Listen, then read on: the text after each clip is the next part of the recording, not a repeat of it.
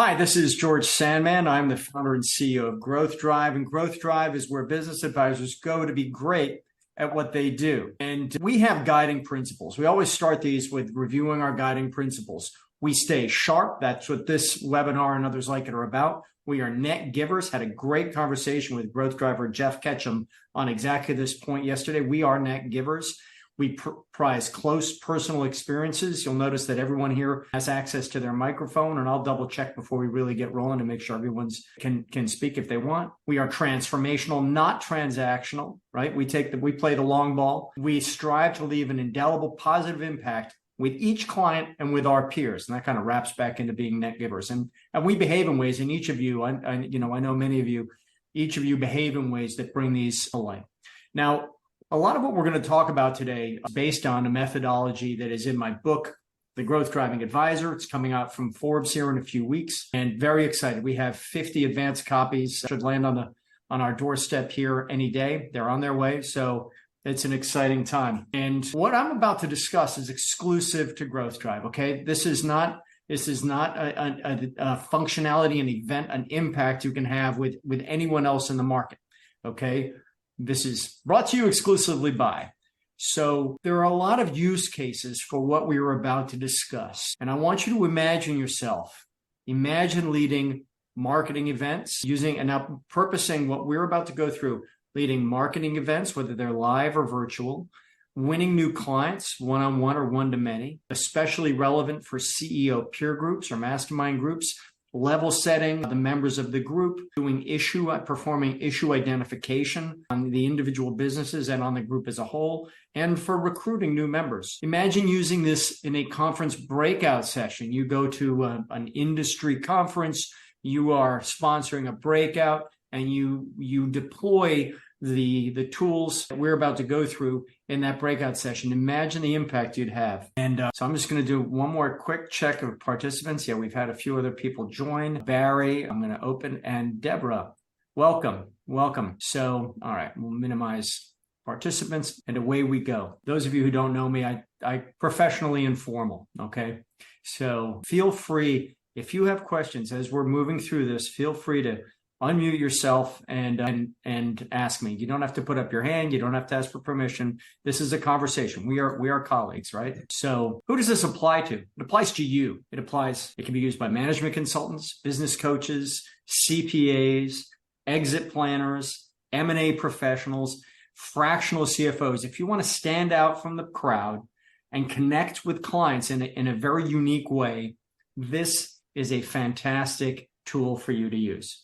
Okay. Now, I'm operating under a premise, and please forgive me, but if you look in the mirror in your heart of hearts, you may not think that you're that good at marketing. And I would ask yourself to rate yourself, 1 to 5, 5 being a marketing professional. Where do you fall? And when you do your marketing, how easily, how fluidly, and how frequently are you following up with the leads you generate? Are you putting them into buckets? Do you have a buyer's journey that you follow? Are you deploying assets? I mean, are you a crackerjack marketer, or are you really great at helping clients? And if you're really great at helping clients, and if you've gotten to where you are in your career, then what we're about to talk about, you can do this. You can easily do this. All right, a little practice, a little prep, and you'll be off to the races. So what is Growth Drive?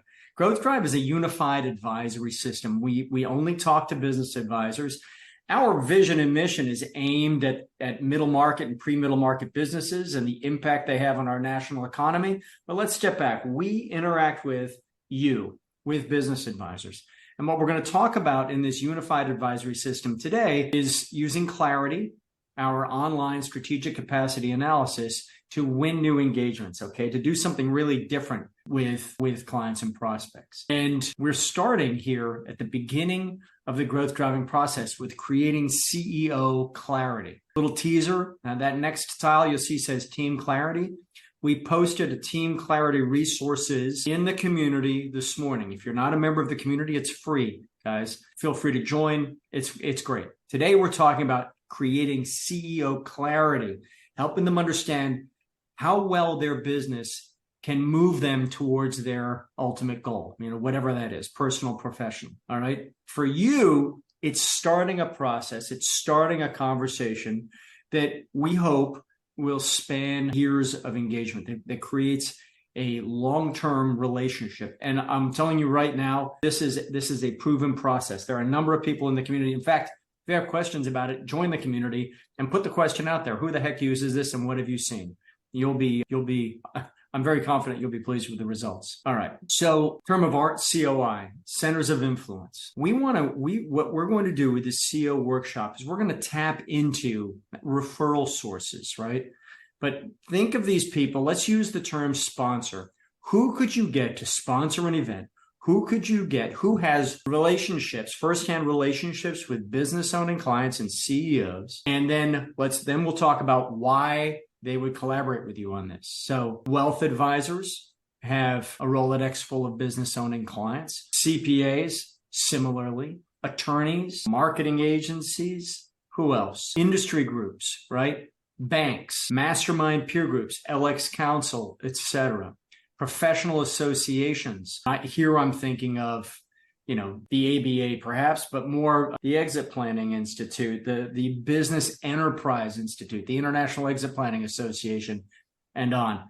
All of them you can bring in individually or collaboratively, right? Folks who have a vested interest in connecting you with their clients, because you'll see in a sec, you're going to make them look really good. All right. So I'm just tossing pieces of paper on the floor here. All right. So why would someone sponsor one of these events? And this is a CEO workshop marketing event. What's in it for them? Well, they can deliver an affinity experience, an invitation-only event to select clients. This workshop delivers immediate value. Okay. No one is leaving the room without learning something new about themselves, about their business, about their ability of their business to deliver their goals. A lot of self-awareness and self-discovery in these sessions. Your sponsor can use this event to change a client's perception to what the sponsor does. So imagine you connect with a wealth advisor. With a wealth advisor. They've put business owning clients, CEOs, in a conference room. Now, how does it change the client's perception of their wealth advisor if the client is now participating in a workshop through which they start understanding a lot of important data points about their business? And you'll see what those are in a sec. By the way, this why sponsor slide, and if you want the slides, I will post them in Circle in our community. These are your sales points. If you're discussing this with a COI or with a group of COIs, these are the points you're going to make in convincing them that this is a good idea, and it really is a good idea. Okay, so you can uncover product service fits for yourself, for the COI, etc. And I would ask you, what do you see as we talk here? What do you see as reasons that your colleagues, your COIs would sponsor this event? I've got Siri up here in the corner. Please go away. All right. I'm here to help. Get to know Siri at apple.com. So helpful. Okay. Sorry about that, guys. So what's involved? Anybody? George, quick question. Crying out loud. Okay. What's involved? The sponsor is going to invite select CEOs. So there's some prep that goes into this, and we'll talk about that in a second. George, I think somebody had a question. Go ahead. Hey, George, yeah.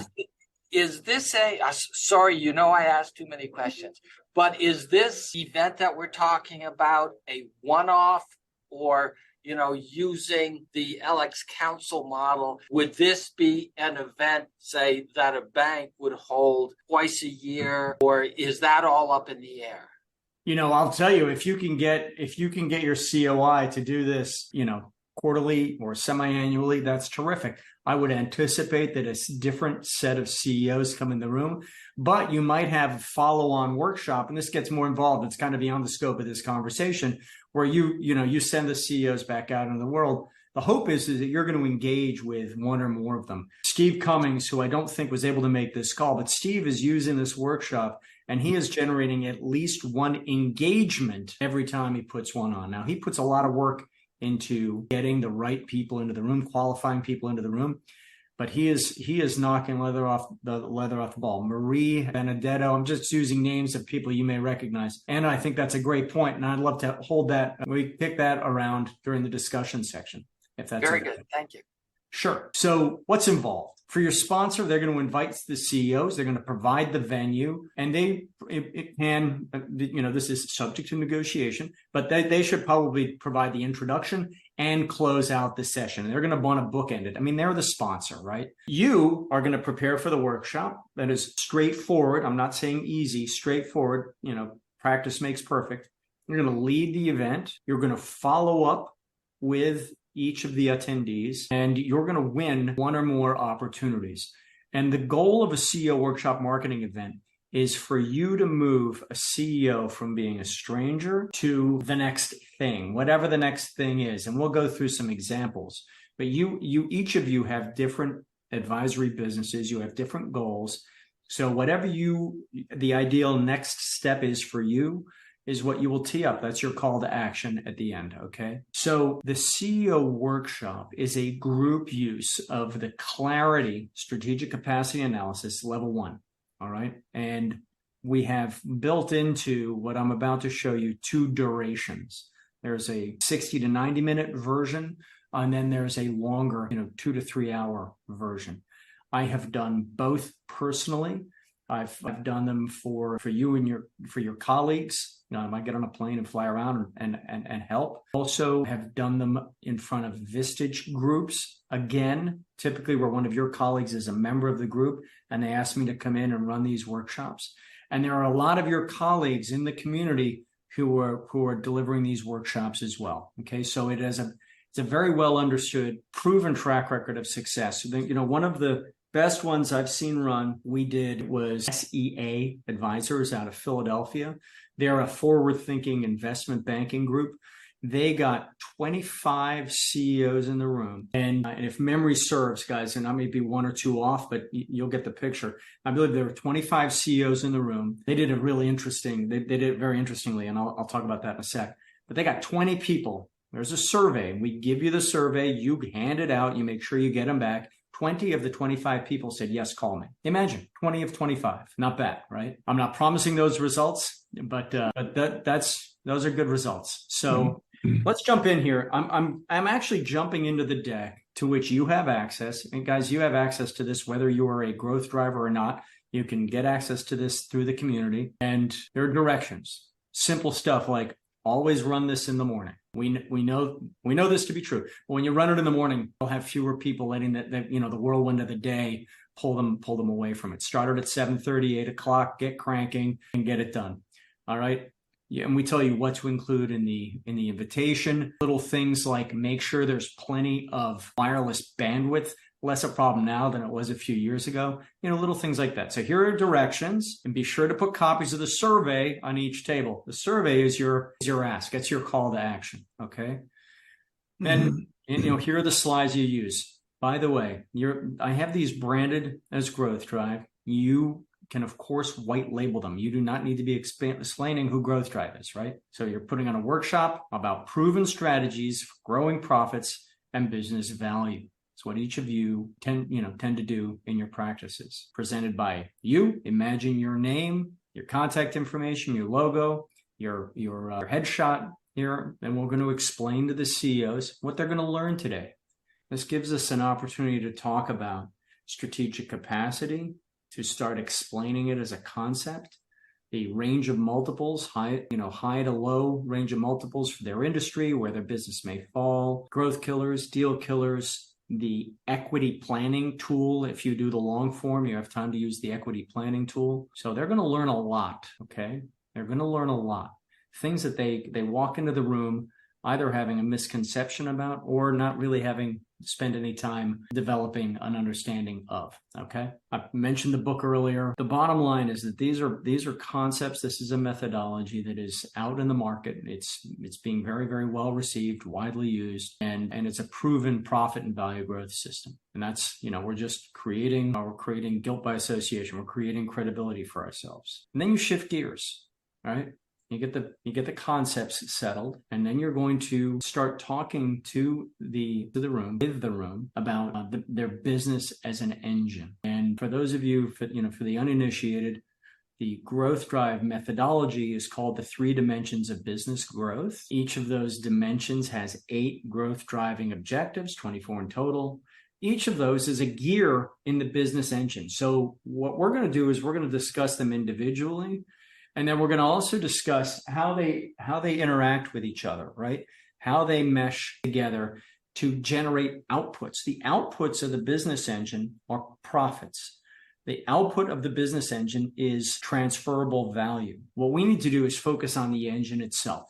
All right, the health of the engine. How strong is it? What is its strategic capacity? Talk through what the three dimensions are. First thing, this is a logical. We're going to talk about predictable profits and cash flow. Once you have your cash flow coming in on a sustained and predictable basis, you can then make investments into growth, into marketing, into additional systems, expanding your footprint, etc. All the while making the purposeful link to predictable equity value, predictable transferable value, which is the ultimate measure of business success. And by the way, you don't have to use all these slides, right? These are just available to you. We talk about the timeline and moving in the three dimensions of business growth. Again, reiterate that predictable profits and cash flow creates a launch pad for growth. That predictable growth, you could do a show of hands.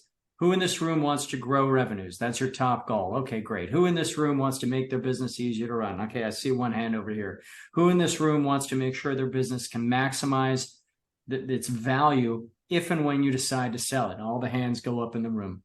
Okay, and we're going to start creating a vision of the process of working with you. All right, now you're busy educating the room about the way they should be thinking, a new way to be thinking about their business and about the impact they have on their business, their legacy, wherever your focus is. It's a great place to highlight how they can change their worlds. All right. So the pyramid is also often used by your colleagues to lead a conversation about the relationship between, in fact, the magic of doubling revenue but taking a business that's worth 3.4 million and moving it up to 20 million and introducing the concept of the multiple and creating a business that could transfer at the top end of the range of multiples. Okay. This is a powerful slide. Scarcity, right? This is not for every CEO. You need to learn how to stabilize cash flow and grow profits. Okay. These are your talking points. Use proven tactics of best-in-class competitors. The growth drive methodology is based on deep research. And we looked at a broad spectrum of ways for defining a well-run business, right? A top-performing business, due diligence checklists, financial audit checklists, operational assessments, management consulting assessment, discovery assessments. And there are a lot of tools out there. That's where this concept of best-in-class competitor comes from. What are the common things that the market deems best-in-class competitors, or the common principles, and that's what we're going to help them understand, right? So the important thing, and what is unique about the growth drive methodology, is we're going to focus our strategic plan on an individual CEO's top priorities as a leader. If you simply want to make your business easier to run, we are not going to talk about getting your numbers audited, right? Not yet. That's for later. If you're trying to grow the business, we're going to start by stabilizing cash flow, then invest in growth. So it gives you a very dynamic way of approaching a CEO and meeting them where they are today. As you do this work with them, you're creating options. And they may say, hey, Vincent, your face is up here on the screen. Hey, Vincent, actually, this is fun. I know I said I was thinking about selling the business, but I might want to stick around a while because this is a lot more fun than it was before you and I met. Okay. You're creating options for them, different paths that they can follow. So the secret to success, and we're gonna burn this into their minds: commitment and discipline. You have to be committed for the long term. And for those of you who have been through our launch course and/or certification, this commitment is cemented in the initial conversation, the growth conversation, where we're creating an emotional connection between their business and their dreams for their future, for themselves and for their family. Okay, I won't go down that rabbit hole. And then, so you've educated them about the three dimensions of growth, what they're going to learn, what's in it for them. Then you're going to launch clarity. Okay.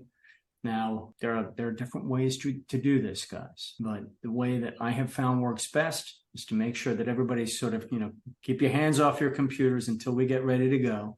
then we're going to launch it. Show them what the first screen looks like so that they know they've landed in the right place. And then talk about, love this slide, talk about, listen, you're about to put some information into the computer. This is your report. It is yours to keep. It is not, no one else in this room, no one but you is going to have, but you and I are going to have a copy of this report. So please be as candid as you can. And if you have a question, if you're in your mind, you're between two answers, be conservative and answer one down, the lower of the two. It's better to be conservative than to be overly optimistic. So George, quick question. Please go ahead, Vincent. So what do you do when you're attempting to get the owners there and now you're asking them to bring a laptop or a tablet and they don't bring it for one reason or the other, forgot, whatever it is? How do you manage around there? You just let it go? So we used to use Chromebooks, and we had a library of Chromebooks that we would ship out. We don't do that anymore.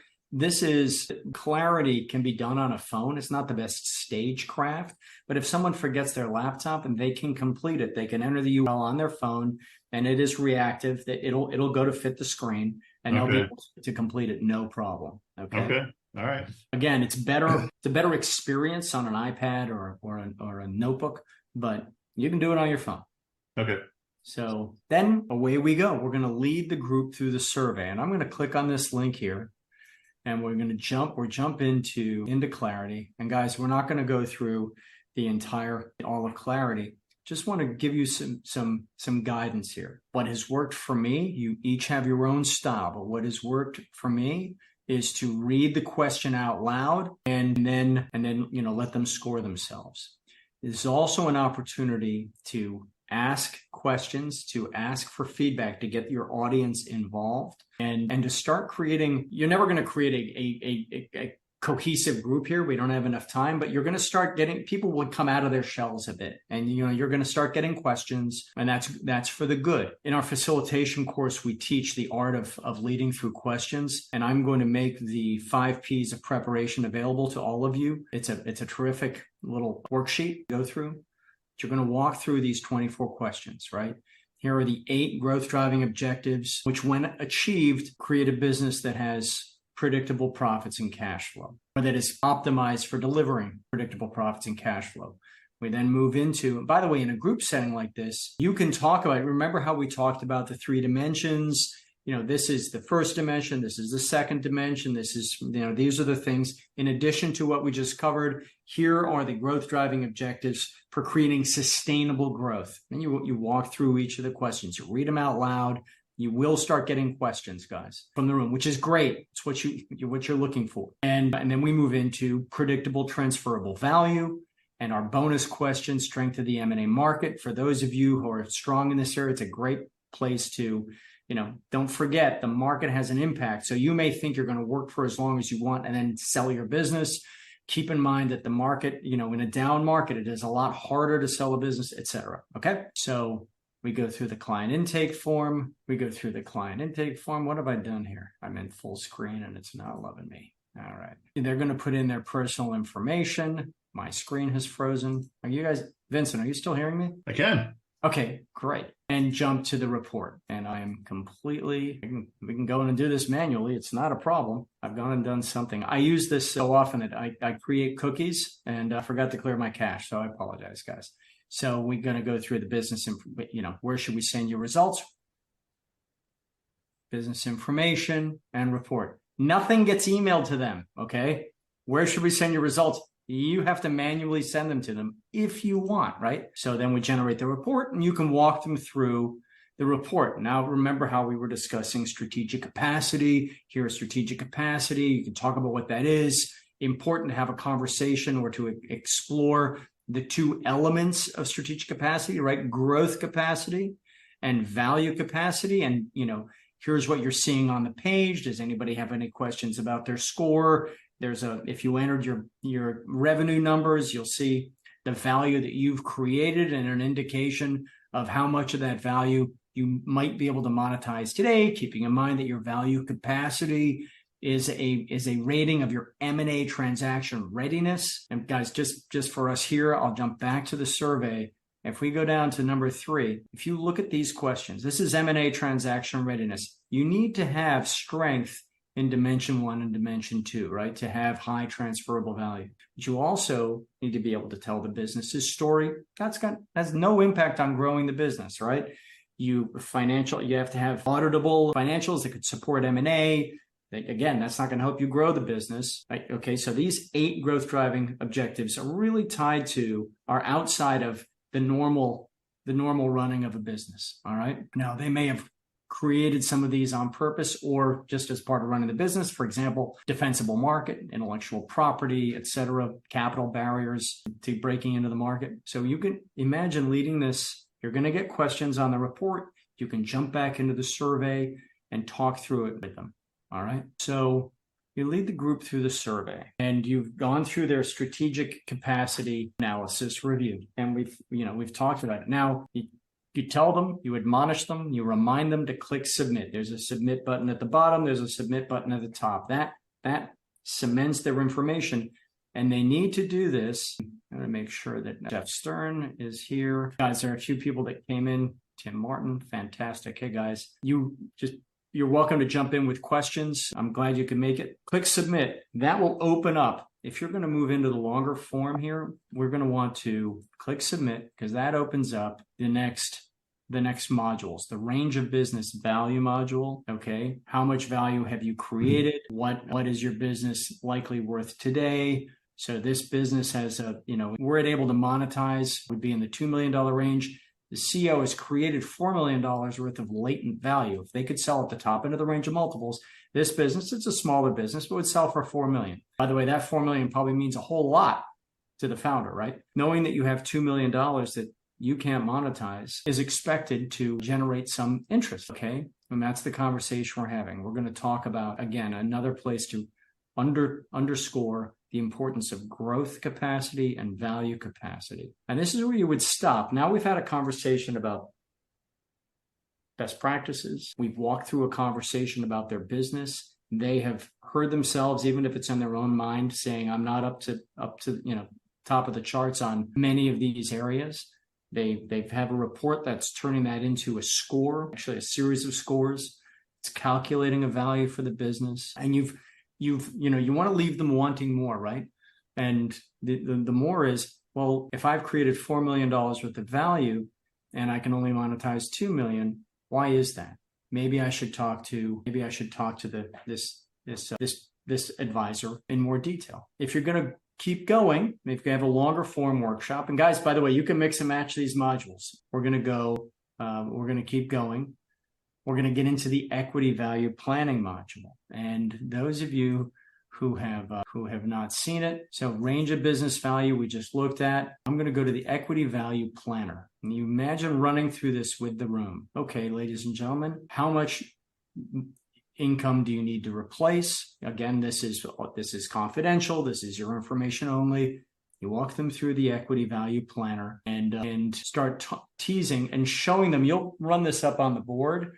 So they'll start changing values as you explain to them.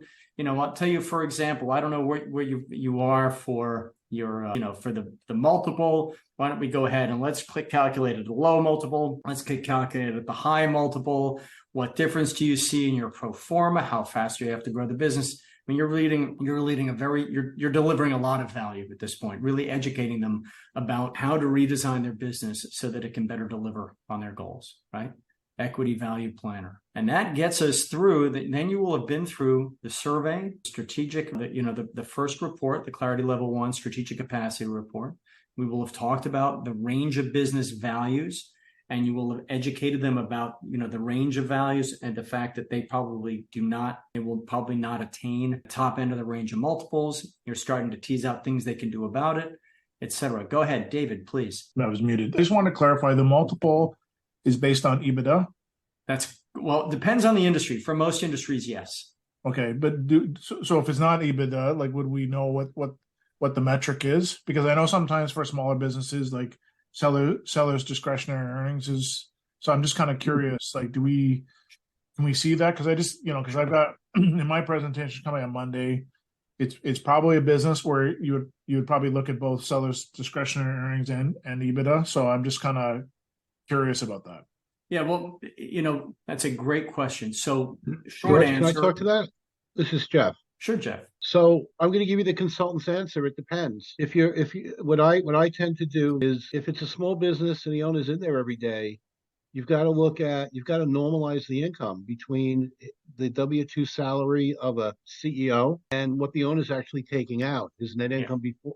I call it NIBO, net income before owner. And while you have to look at the tax return, we all know that at the smaller businesses, you've got to do some normalization for what's in and what's out. So you got to kind of work it a little bit. The larger the company, you're dealing with a $50 million company that's got bank loans. EBITDA is probably closest. But I think with smaller companies at that $3 to $5 million range that some of us tend to pick up from time to time, I use the term net income before owner. And then if you're selling it to somebody who's going to work in the business, there's a multiple there. And if you're selling to somebody who's buying it as an investment, you got to take out that CEO general manager salary. Sure. Yeah, and what Jeff is getting at, and it's a great answer, Jeff. Thank you.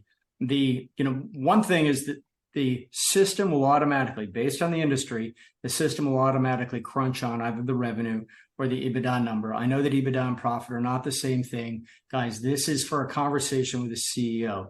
And we all know that their eyes glaze over when we get into deep financial terms for most of them. Okay, so the system will automatically do that. We also know as professionals that a couple of things are going on. One, that the numbers that they're putting in here are probably not what we would, but not what we need. There are add backs, right? And as Jeff just said, the fact you're paying for your beach house and you bought a boat and you're running your family's fleet of cars through this, that needs to be pulled back out, right? We need to normalize your EBITDA, and that's a topic.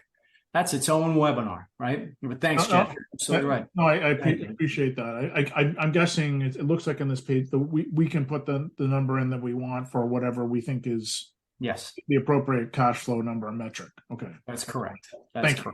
Hey, sure. George, we talked about this before. What happens when they're beyond 10 years before? We were looking at putting a 15 to 20 year time frame. Did you do that yet or no? We have not yet done that. And that's a great question, Vincent. If we do 10 years, well, 10 years is a heck of a long time, right? So, if they have 10 years to hit, we just drop their growth rate down to 18%, Which is more realistic than 40. Yeah, 40 is breathing in a brown bag. But that's still a big number for a company to hit, to grow at basically 20% a year, right?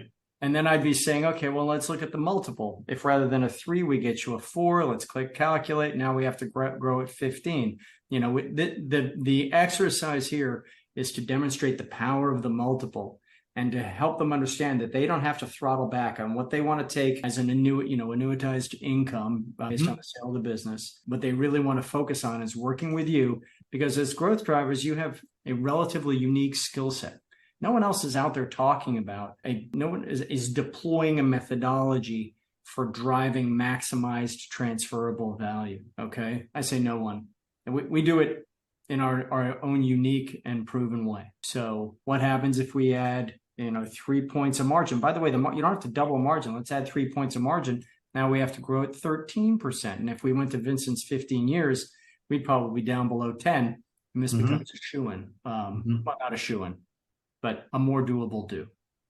All right. Yeah. So now the room is. Can you go back to that screen real quick, though, George, just for clarification? I know you're trying to hit on some other stuff. So are you looking to grow?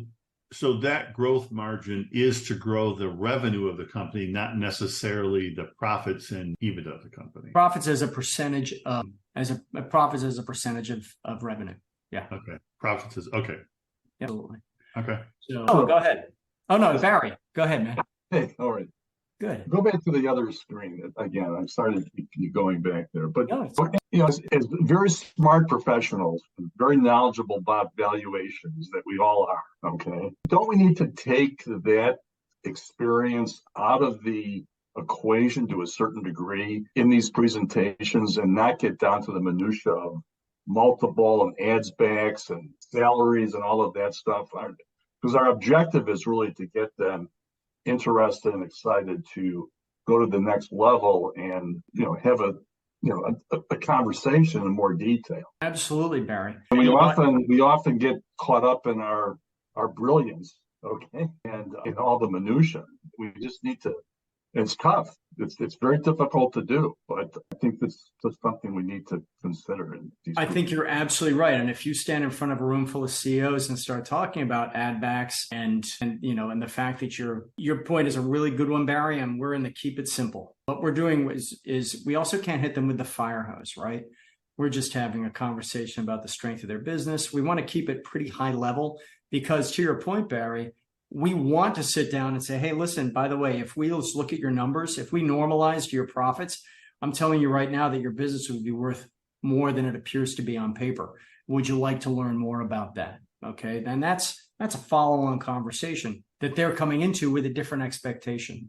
But Barry, you make a great point. Don't want to dazzle them with our brilliance.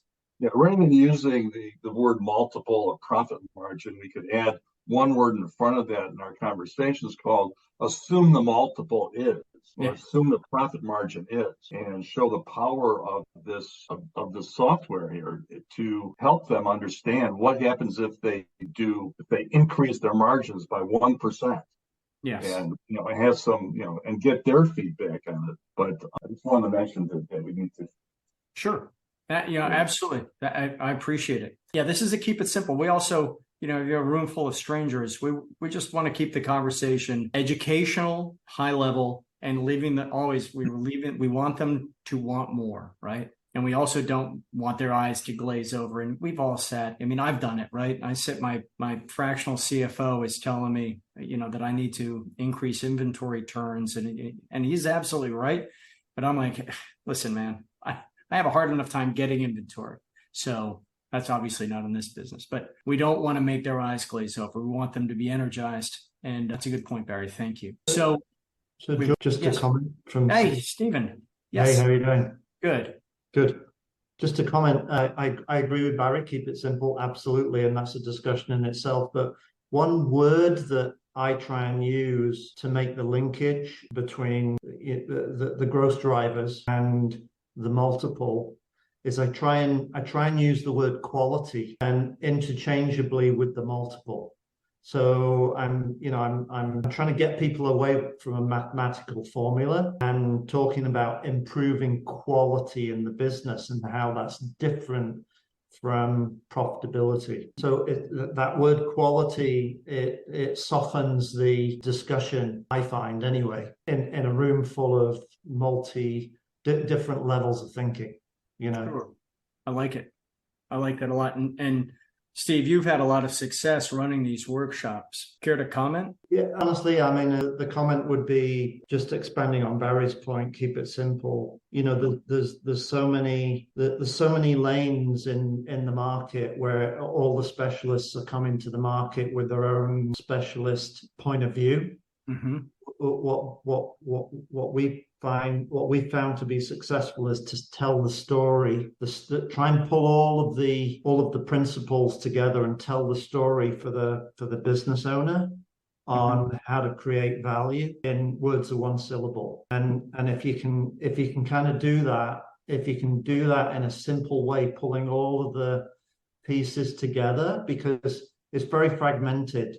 And the poor old business owner doesn't know which way to turn. So I think we've been somewhat successful in just trying to tell a story, and if you can do that in the most simple way, but pulling it all together, then I think that's the key. Thank you. I know Deborah has her hand up. Deborah, go ahead.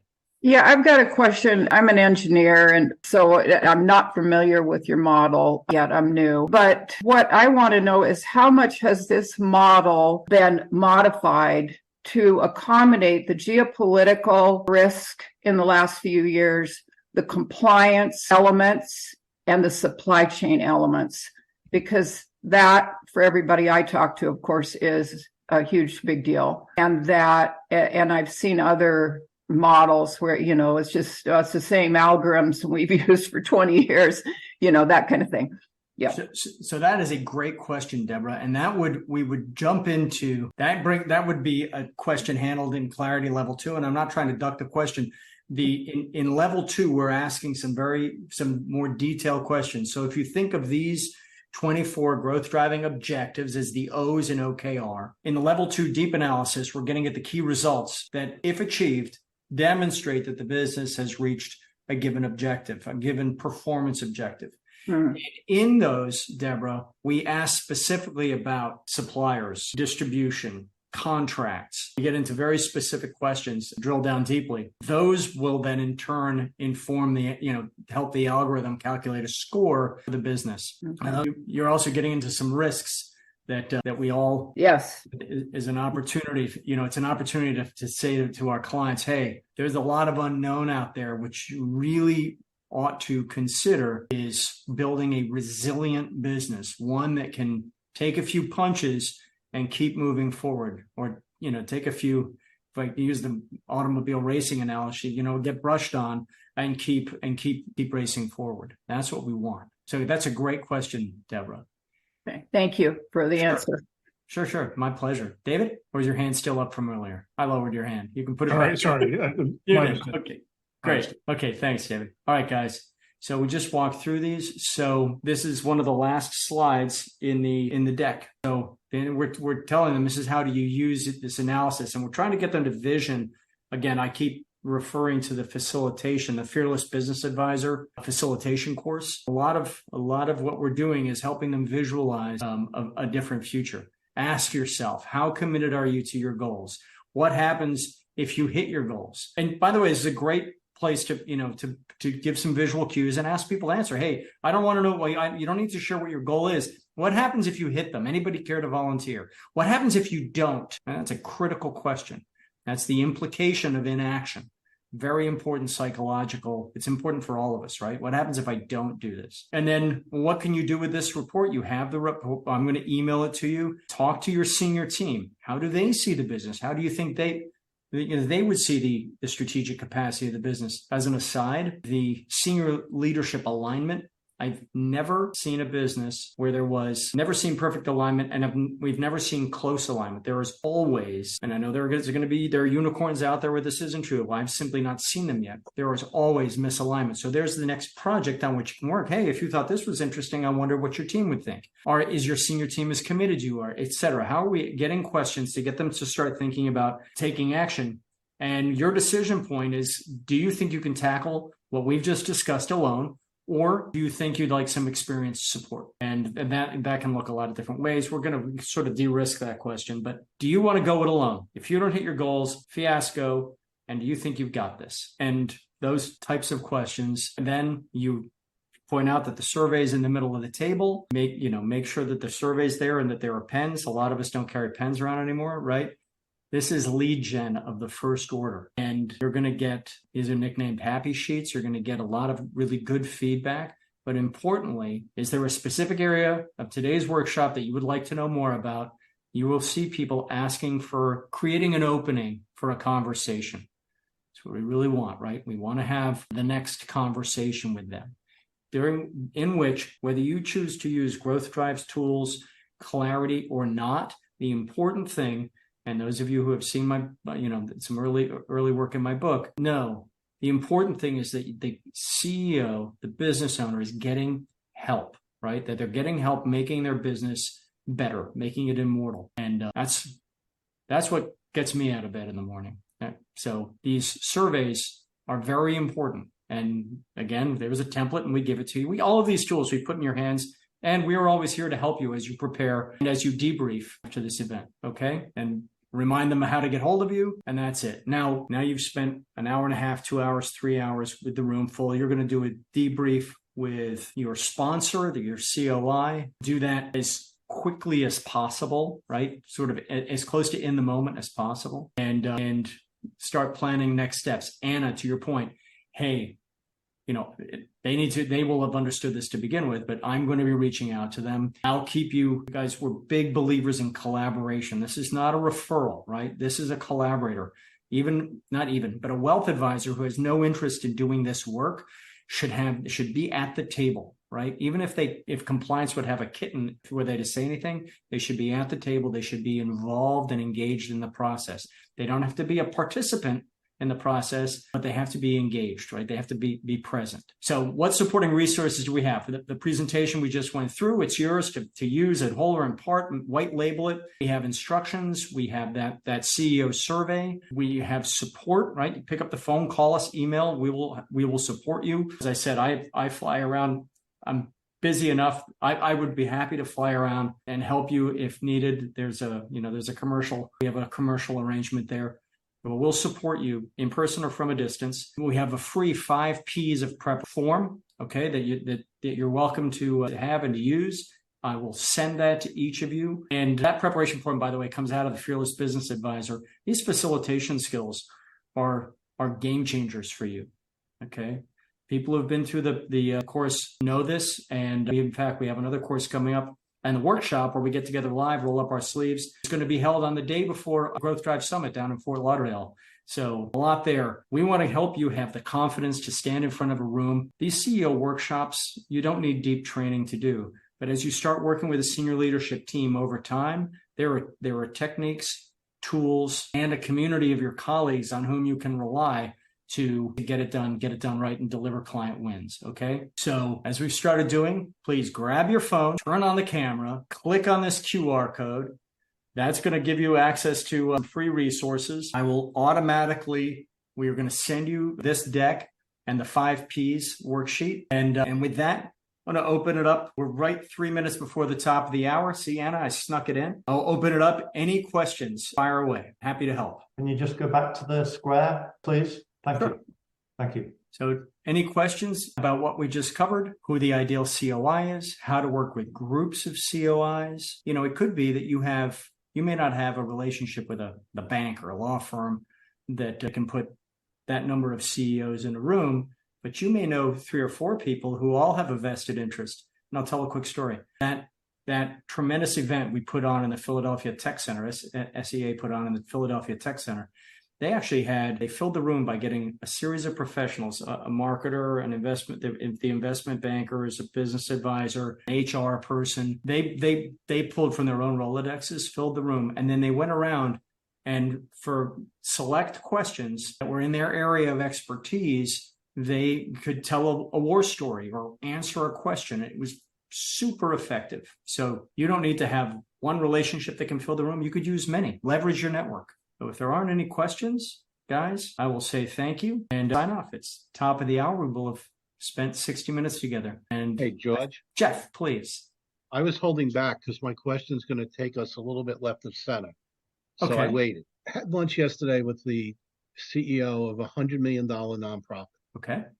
In the world of, they do nursing home, they do rehab, they're building lifestyle, where you go in and pay and you're there for, you live there in your own home until you need more, Yep. those type of communities. Sure. So it's a very large entity. And I sent him the link to Clarity, the one, and said, focus on the first item. Obviously, as you're going through it, a lot of this is aimed at people who own a for-profit business. And, if the questions are really have no relation to you, just skip them for now. And we'll come back to it later. Has anyone here or you have had success in leveraging the tool for a large nonprofit? Giving other people an opportunity. So Clarity specifically, not yet. Okay. However, in the last dozen years, we've done a lot of work with nonprofits and with government contractors who are a different kind of animal. And so we'll just focus on nonprofits. Just because a business is not for profit doesn't mean it's not a business. It doesn't mean that they want to have a budget excess, right? They don't want to end up with more money in the bank at the end of the year than they had at the beginning. And a lot of the principles for a well-run enterprise absolutely apply. And as you read the questions, instead of high recurring revenues, well, it's high recurring contributions, donations. It definitely translates. And I thought so, especially because the biggest conversation and the need he had was aligning the mission, the staff and the board to the mission. And Yes. It goes right to the whole topic, as we spend a lot of time on in Clarity One, about getting everybody on the same page and the strategic capacity to sustain and grow. So that's where I took him through the questionnaire quickly, 2 of us, and then he wanted to go home and answer the questions on his own. I'm correct in saying, and I really should have known this before I told them to do it. If they leave out a question, the survey is still going to be able to be finished. It'll just be an open question, correct? So he'll need to generate the scores. He needs to answer all of the questions. So I would go with off the top of my head, Jeff, I've got to say I don't think there are any questions that don't apply at all. The only one is when you get down to creating the transferable value, you can answer the questions and just ignore the answer, quite frankly, just to get it done. But that's where it's obviously quote unquote not appropriate. Yeah. Right. And what's interesting is, that's interesting. No, you have to answer all the questions. We're going to talk about that offline. Because imagine, George, come on, George, I'm giving you another line of revenue source for Growth Drive. Imagine if at the top they said I'm a not-for-profit, and maybe the private equity area questions just never get asked, and this process could still be finished. Jeff, I would counter with that is a darn good idea for down the road. It's down the road, 10%. I'll take my 10%. You'll take your 10%, but we have a vision and mission, and that vision and mission is to help profit-generating middle market and pre-middle market businesses, and ensuring that they continue to contribute in a frictionless way to our national economy and to be the fabric that supports our communities. He said, getting passionate about it. Keep that up. You're going to be on a platform tonight. Thank you, George. Thanks, Jeff. All right. Any other questions before we wrap it up? George, those resources, are they coming like later? Because I haven't seen an email come through. So I'm going to do two things. They'll come out to everyone who registered by email, and I will post them in the community, and where you can easily download them. So, perfect. Okay. So guys, if you're not yet a member of the community, listen, it's free. I'm not trying to, there's no roundabout, there's no put in a credit card or we'll charge you next month. It is free. And there are a lot of great resources in there. And I would invite you to avail yourself. The biggest resource is the almost 100 of your colleagues. And you think in terms of years of experience, we tend to attract senior pros. There are 3,000 years of experience sitting there. And you can tap into it. If you have a keyboard, you have access to 3,000 years of common experience. And, you're kind of crazy not to take advantage of that. But that's just one man's perspective. All right, I'm going to wrap it up. Thank you, each of you, for your time. Great questions, great feedback. And I will look forward to talking with you very soon. If I can help in any way, very easy to get hold of. George Sandman on LinkedIn. My contact information is there. Or hit this QR code and you'll have a link to set up a meeting. Okay. Thank you very much and hope to see you soon. Bye.